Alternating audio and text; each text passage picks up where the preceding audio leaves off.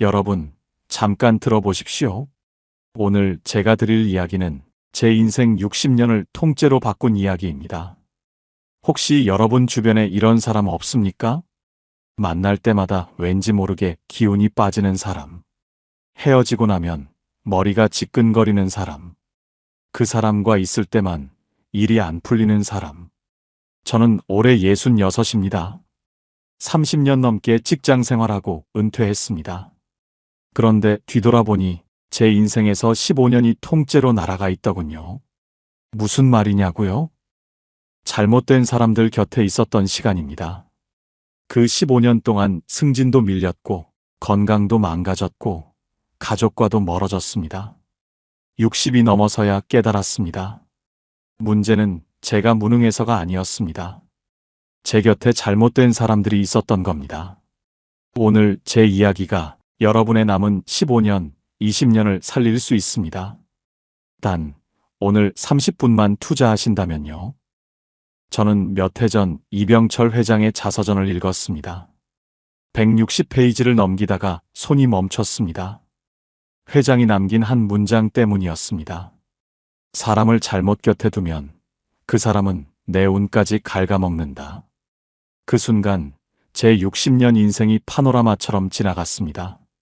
아, 그래서 내가 그 후 우연히 심리학 공부를 시작했습니다. 평생교육원에서요. 60 넘어 뭘 배우나 싶었는데 배우면 배울수록 놀라웠습니다.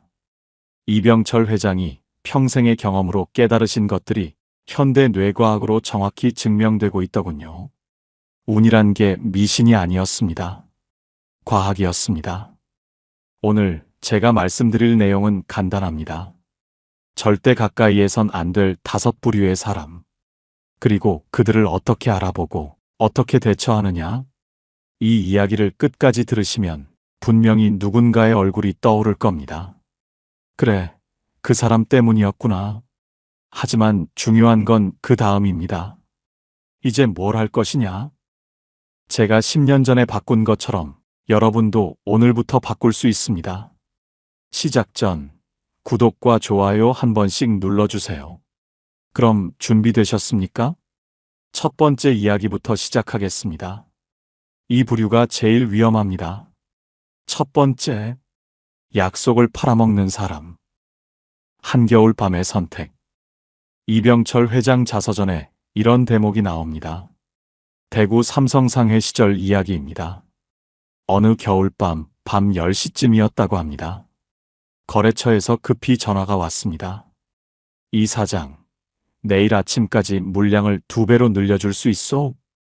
직원들은 다 퇴근했습니다. 혼자였습니다.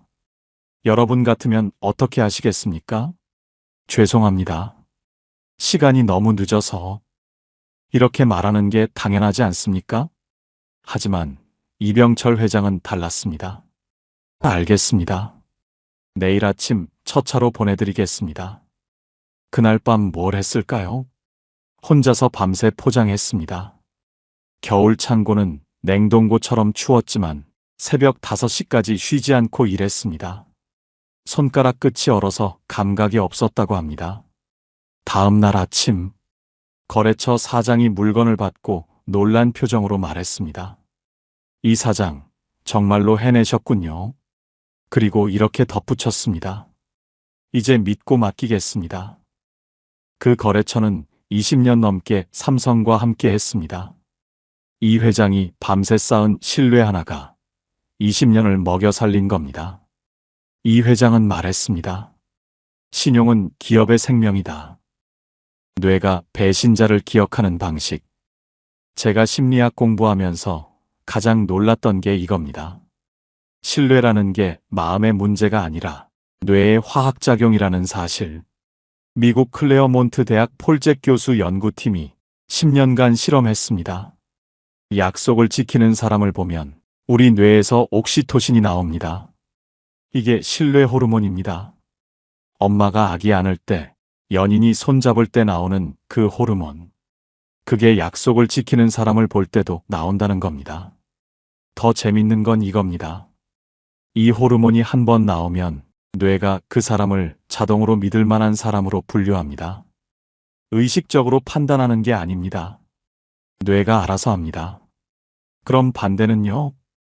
약속을 어긴 사람을 보면 편도체가 켜집니다. 편도체는 위험을 감지하는 부위입니다.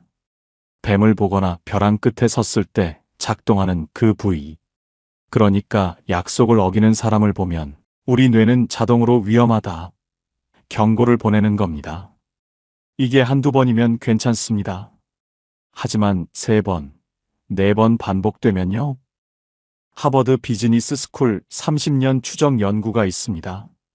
약속을 3번 어긴 사람에 대한 신뢰는 95%가 회복 불가능하다고 합니다. 3번. 딱 3번이면 끝입니다. 내가 치른 비싼 대가. 55살 때 일입니다. 한 후배가 찾아왔습니다. 형, 다음 주에 시간 좀 내주실 수 있으세요? 저는 흔쾌히 대답했습니다. 그래, 수요일 어때? 수요일이 됐습니다. 갑자기 미팅이 잡혔습니다. 후배한테 문자 보냈습니다. 미안, 다음 주로 미루자. 다음 주가 왔습니다. 또 일이 생겼습니다. 이번 주는 안 되겠어. 그렇게 3번을 미뤘습니다. 4번째로 전화했을 때 후배 목소리가 달랐습니다. 형, 괜찮아요. 혼자 해결했어요. 그 톤, 차갑게 식어버린 그 말투. 저는 그때 깨달았습니다. 이미 끝났다는 걸. 그렇게 10여 년이 지났습니다. 그 후배와 저는 만나면 인사는 합니다. 하지만 예전 같지 않습니다. 제가 3번 약속을 어긴 그 순간 우리 사이에 보이지 않는 벽이 세워진 겁니다. 제가 그때 배운 교훈은 비쌌습니다. 약속을 어기는 건 시간을 빼앗는 게 아닙니다. 상대방의 신뢰 계좌에서 돈을 훔치는 겁니다. 그리고 그 계좌는 한 번 털리면 다시 채우기가 100배는 어렵습니다. 이제 스마트폰 메모장을 여십시오. 누군가와 한 약속이 있다면 꼭 적어두십시오. 목요일 오후 2시 친구와 점심, 금요일 저녁 6시 손주 학교 발표회, 토요일 오전 10시 아내와 병원. 적으셨습니까? 그럼 절대로 어기지 마십시오. 바쁘더라도, 피곤하더라도, 귀찮더라도 그 한 번의 실천이 당신의 운을 바꿉니다. 분명히 말씀드립니다. 약속을 팔아먹는 사람 곁에는 아무도 남지 않습니다. 사람이 떠나면 기회가 끊기고, 기회가 끊기면 돈도 운도 명예도 모두 사라집니다. 자, 첫 번째 부류 이해하셨습니까? 그런데 두 번째는 더 무서운 사람들입니다. 두 번째, 욱하는 순간 모든 걸 날리는 사람. 10초의 기적. 삼성상해 초창기 이야기입니다. 어느 날 거래처 사장이 불같이 화를 내며 찾아왔습니다. 이 사장, 물건 수량이 틀렸지 않소? 얼굴이 벌겋게 달아올라 있었습니다. 이 회장도 억울했습니다. 직원들이 밤새 검수했는데 틀릴 리가 없었으니까요. 분명 거래처 측 계산 착오라고 확신했습니다. 순간 머릿속에 이런 생각이 스쳤다고 합니다. 나도 소리 지를까? 왜 확인도 안 하고 덤비는 거야? 하지만 이 회장은 참았습니다. 깊게 숨을 들이쉬고 천천히 10까지 세었습니다. 그리고 조용히 말했습니다. 제가 직접 확인하겠습니다. 잠시만 기다려 주십시오. 창고 가서 하나하나 다시 셌습니다. 수량은 정확했습니다. 명세서 들고 돌아와 차분하게 설명했습니다.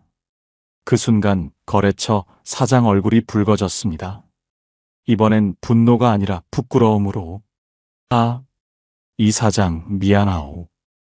며칠 후 그 사장이 다시 찾아왔습니다. 술 한 병 들고. 이 사장, 그때 화내지 않고 침착하게 대해줘서 고마웠소. 그 거래처는 삼성과 돈독한 평생 파트너가 됐습니다. 이 회장이 참았던 그 10초가 만든 겁니다. 이 회장은 말했습니다. 분노를 이긴 자가 결국 신뢰를 얻는다. 뇌가 납치당하는 순간. 독일 막스플랑크 연구소 타니아 싱어 박사팀이 10년간 연구했습니다. 제목이 감정 전염입니다. 화를 내는 사람 옆에 있으면 무슨 일이 벌어질까요? 단순히 기분만 나빠지는 게 아닙니다. 뇌파가 동조화됩니다. MRI로 뇌를 스캔했더니요. 화난 사람 옆에 있는 사람의 편도체도 함께 켜집니다. 마치 거울처럼.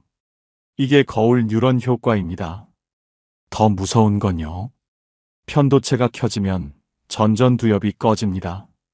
전전두엽은 이성적 판단 담당하는 부위입니다. 쉽게 말해서요. 화가 나면 멍청해진다는 겁니다. 하버드 의대 데니얼 시걸 교수는 이걸 편도체 납치라고 불렀습니다. 편도체가 뇌를 납치해버린다는 뜻입니다. 이렇게 되면요. 평소라면 절대 안 할 말을 합니다. 평소라면 절대 안 할 행동을 합니다. 그리고 나중에 후회합니다. 스탠퍼드 대학 25년 추적 연구가 있습니다. 감정 조절 못하는 사람들 10년 후를 조사했더니요. 60%가 직장 잃거나 이혼했거나 건강이 악화됐습니다. 화를 참는 게 건강에 나쁘다고요?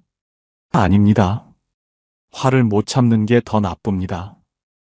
나를 무너뜨린 사람. 52살 때 일입니다. 회사에서 큰 프로젝트 맡았습니다. 한 후배가 중요한 서류를 잘못 준비했습니다. 그것 때문에 발표가 엉망이 됐고 상사한테 크게 혼났습니다. 평소에는 우리 팀 성과를 이끌던 에이스 역할을 하던 후배였습니다.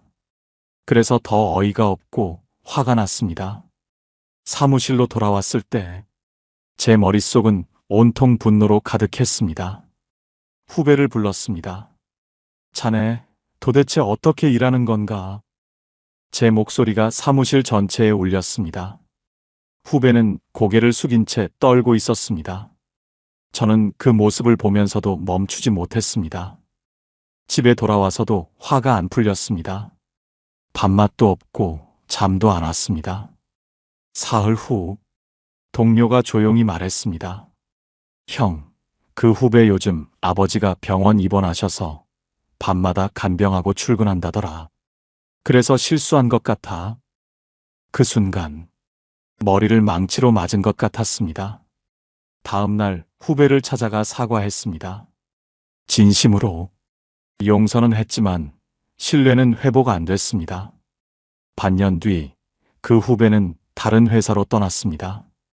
팀 실적은 절반으로 줄었고 저는 승진해서 밀려났습니다. 제가 배운 교훈은 이겁니다. 화를 낸다는 건 상대를 이기는 게 아니라 나 자신을 잃는 일이라는 걸.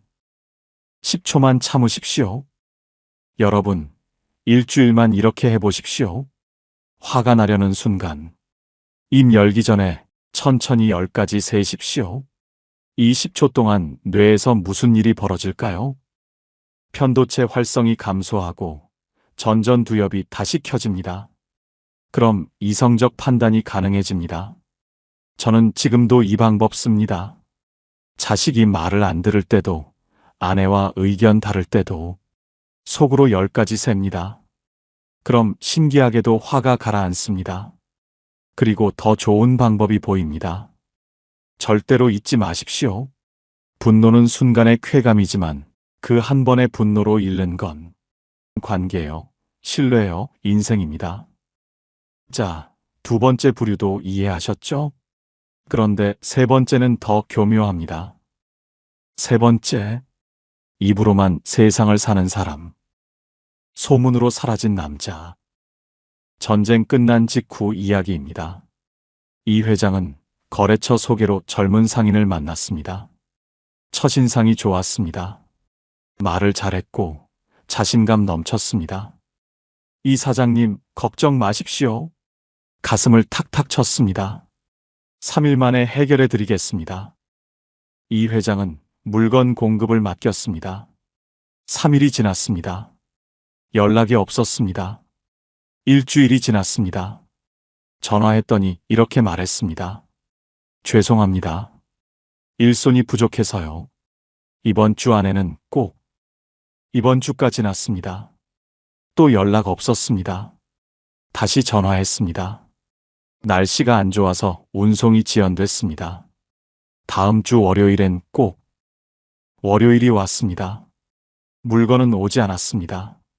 이 회장은 그 상인과 거래를 끊었습니다. 몇 년 후 소문으로 들었습니다. 그 상인은 시장에서 완전히 사라졌다고. 이 회장은 일기에 이렇게 썼습니다. 말로 얻은 신뢰는 말 한마디로 무너진다. 행동만이 진실을 증명한다. 뇌는 거짓말쟁이를 기억한다. 미국 심리학자 레온 페스팅거가 1958년에 발표한 이론, 인지부조화입니다. 인지부조화가 뭘까요? 말과 행동이 안 맞을 때 우리 뇌가 느끼는 불편함입니다. 예를 들어 볼까요?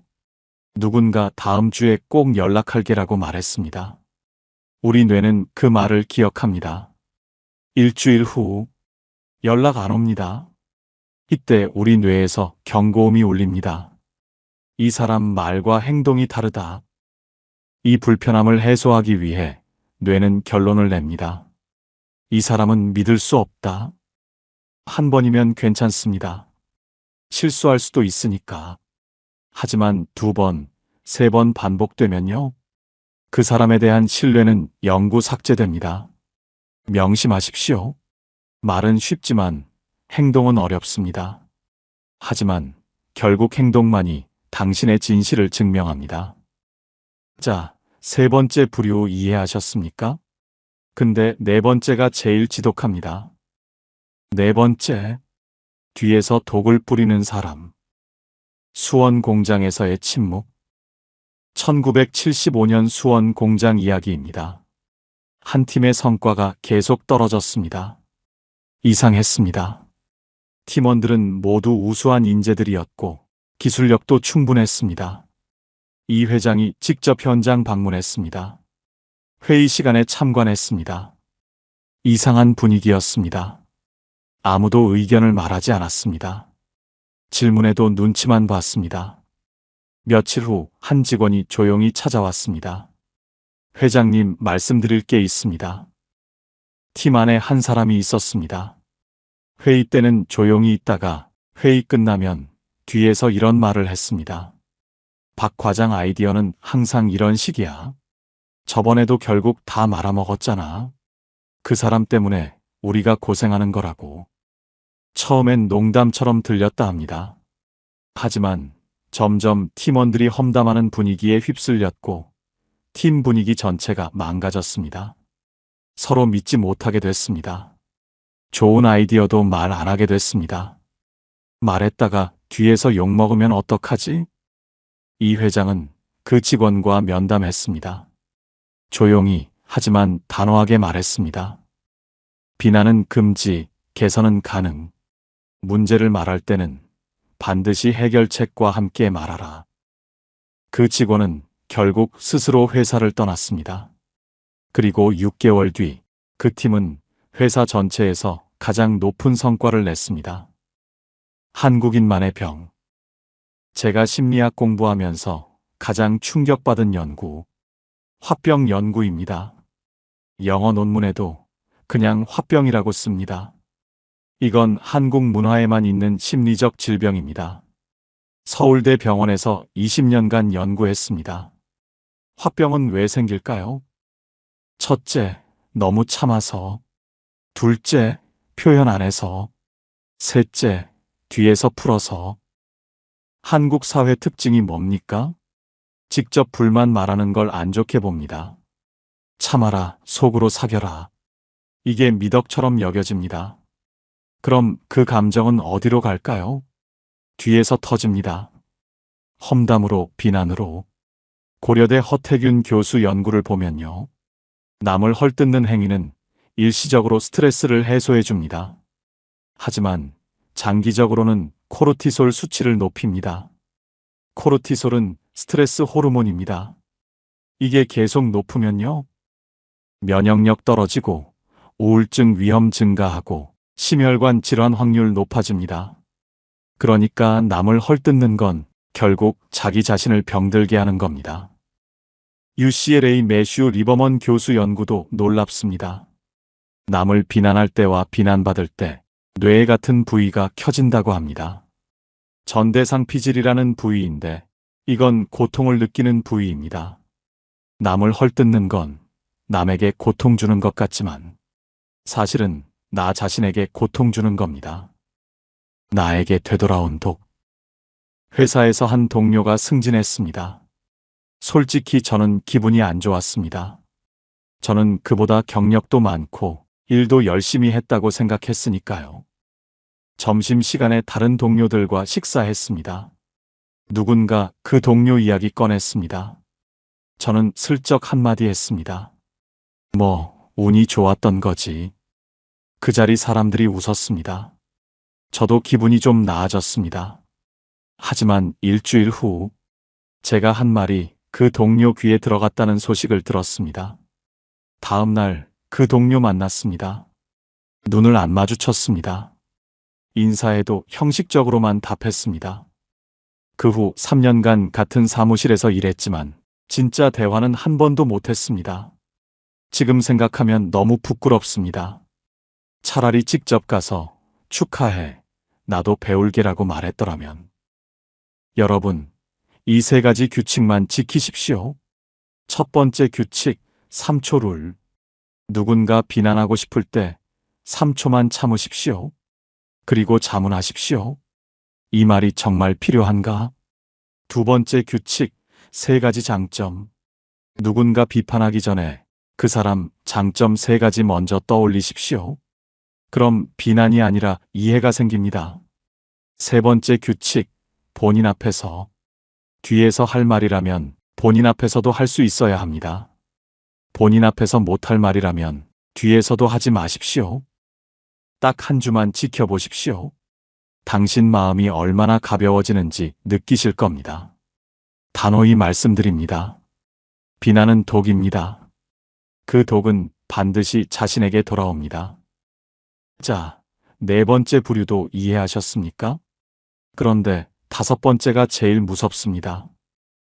다섯 번째, 남의 성공을 견디지 못하는 사람. 재능을 시기한 남자. 한 젊은 엔지니어가 있었습니다. 29살 서울대 전자공학과 수석 출신. 기술력이 뛰어났고 회의 때마다 좋은 아이디어 냈습니다. 그런데 문제가 있었습니다. 옆자리 동료였습니다. 나이는 같았지만 학벌은 조금 덜했습니다. 그 동료는 첫 번째 엔지니어를 볼 때마다 표정이 굳었습니다. 회의 시간에 발표하면 팔짱 끼고 냉소지었습니다. 뒤에서는 이런 말 했습니다.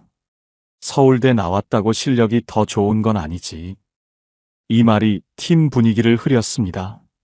칭찬은 사라지고 경쟁이 저기로 바뀌었습니다. 결국 그 팀 성과는 떨어졌습니다.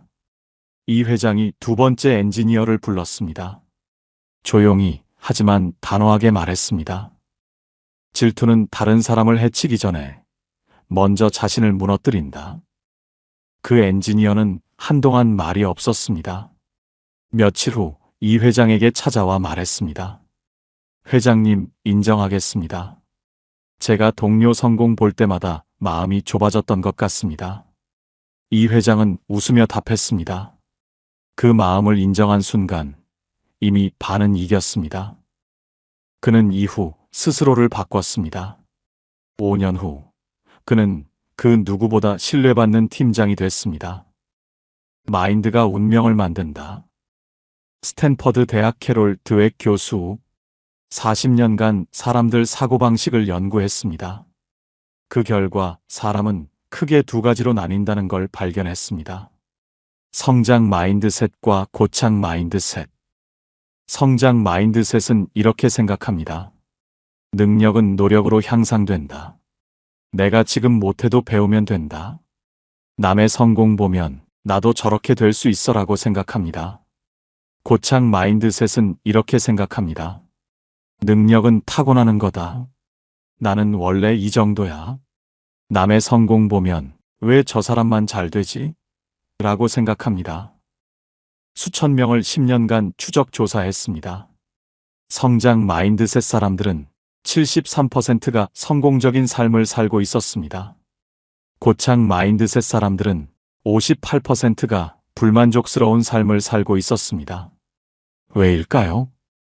고착 마인드셋 사람들은 남의 성공을 제로섬 게임으로 봅니다. 내가 성공하면 내가 손해본다고 생각합니다. 그래서 질투가 생깁니다.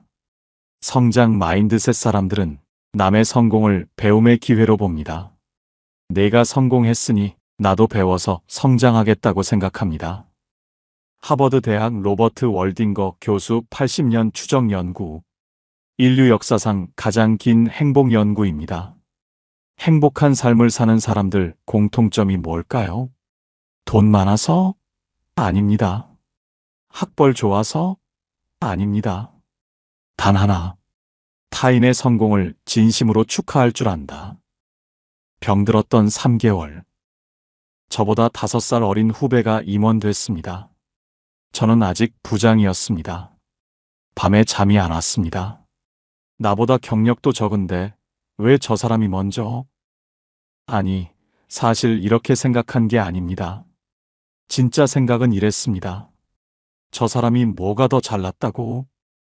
이 생각이 석 달간 계속됐습니다. 출근하는 게 싫었습니다. 그 후배 보는 게 괴로웠습니다. 그러던 어느 날, 아내가 제게 물었습니다. 여보, 그 후배 축하해줬어요? 저는 아무 말도 못했습니다. 다음 날 용기 내서 그 후배 찾아갔습니다. 축하하네. 그랬더니 그 후배가 제 손을 꼭 잡았습니다. 부장님, 제가 여기까지 온 건 부장님이 가르쳐 주신 덕분입니다. 그 순간 제 마음속 질투가 눈 녹듯 사라졌습니다. 그리고 부끄러웠습니다. 질투는 상대를 끌어내리려는 마음 같지만 사실은 스스로를 가라앉히는 돌이라는 걸 여러분은 제 3개월의 고통 덕분에 이미 배우셨습니다. 여러분, 한 달만 이렇게 해보십시오. 매일 아침 일기장 펴십시오. 그리고 이렇게 쓰십시오. 오늘은 누군가를 부러워하거나 질투하지 않겠다. 대신 나 자신을 넘어서겠다. 저는 지금도 이렇게 씁니다. 신기하게도 이렇게 쓰기 시작하니 마음이 훨씬 가벼워졌습니다. 남의 성공이 더 이상 괴롭지 않습니다. 오히려 나도 저렇게 할 수 있구나라는 희망이 생깁니다. 명심하십시오. 질투는 남의 성공을 막지 못합니다. 오히려 자신의 운을 닫을 뿐입니다. 자, 5번째 부류까지 모두 말씀드렸습니다. 이제 마지막 이야기만 남았습니다. 10여 년 전 저는 이 5부류의 사람들에 둘러싸여 있었습니다. 약속을 어기는 거래처, 화만 내는 상사, 말만 앞서는 동료, 뒤에서 헐뜯는 친구, 남의 성공을 질투하는 제 자신. 그때 제 운은 완전히 막혀 있었습니다. 승진도 밀렸고, 건강도 나빠졌고, 가족과도 멀어졌습니다. 매일 아침 일어나면 이런 생각이 들었습니다. 왜 내 인생은 이 모양일까? 그때 우연히 이병철 회장 자서전을 읽었습니다. 그리고 깨달았습니다. 문제는 그들이 아니라 그런 사람들을 곁에 둔 저 자신이었다는 걸. 그날부터 저는 바꾸기 시작했습니다. 먼저 제가 바뀌었습니다. 작은 약속부터 지켰습니다. 화날 때 10가지 세기 시작했습니다. 말 대신 행동으로 보여줬습니다. 비난 대신 칭찬을 선택했습니다. 질투 대신 배움을 택했습니다. 그랬더니 신기한 일이 벌어졌습니다. 지금 제 곁엔 신뢰할 수 있는 사람들만 남았습니다. 제가 먼저 약속을 지키니 사람들도 저를 믿어줍니다. 제가 화를 참으니 주변도 평화로워졌습니다. 제가 행동으로 보여주니 사람들이 저를 찾아옵니다. 제가 칭찬하니 사람들도 저를 응원합니다. 제가 배우니 사람들이 저를 존경합니다. 며칠 전 손주가 이런 말을 했습니다. 친구가 그러는데 우리 할아버지는 좀 다른 것 같대요. 그 한마디가 얼마나 기뻤는지 모릅니다. 여러분께 드리는 마지막 말. 여러분, 지금 이 순간이 분기점입니다. 이 이야기를 듣기 전에 여러분과 이 이야기를 들은 후에 여러분은 다릅니다. 왜냐고요? 이미 알았으니까요. 운을 빼앗는 5부류의 사람이 누군지, 그들을 어떻게 대처해야 하는지, 그리고 가장 중요한 것, 내가 먼저 바뀌면 세상이 바뀐다는 걸 정리하겠습니다. 첫째, 약속을 팔아먹는 사람. 이 회장은 말했습니다. 신용은 기업의 생명이다. 신용 없는 사람 곁에는 아무도 남지 않습니다. 둘째, 욱하는 순간 모든 걸 날리는 사람. 이 회장은 말했습니다. 분노를 이긴 자가 결국 신뢰를 얻는다. 화를 내는 건 상대를 이기는 게 아니라 자신을 잃는 일입니다. 셋째, 입으로만 세상을 사는 사람. 이 회장은 말했습니다. 말로 얻은 신뢰는 말 한마디로 무너진다. 행동만이 진실을 증명합니다. 넷째, 뒤에서 독을 뿌리는 사람. 이 회장의 원칙. 비난은 금지, 개선은 가능. 비난은 독이고 그 독은 자신에게 돌아옵니다. 다섯째, 남의 성공을 견디지 못하는 사람. 이 회장은 말했습니다. 질투는 다른 사람을 해치기 전에 먼저 자신을 무너뜨린다. 남의 빛을 인정하는 순간 당신의 빛도 함께 켜집니다. 여러분, 지금부터 당신이 선택하십시오. 앞으로 20년을 어떤 사람들과 보낼 것인지.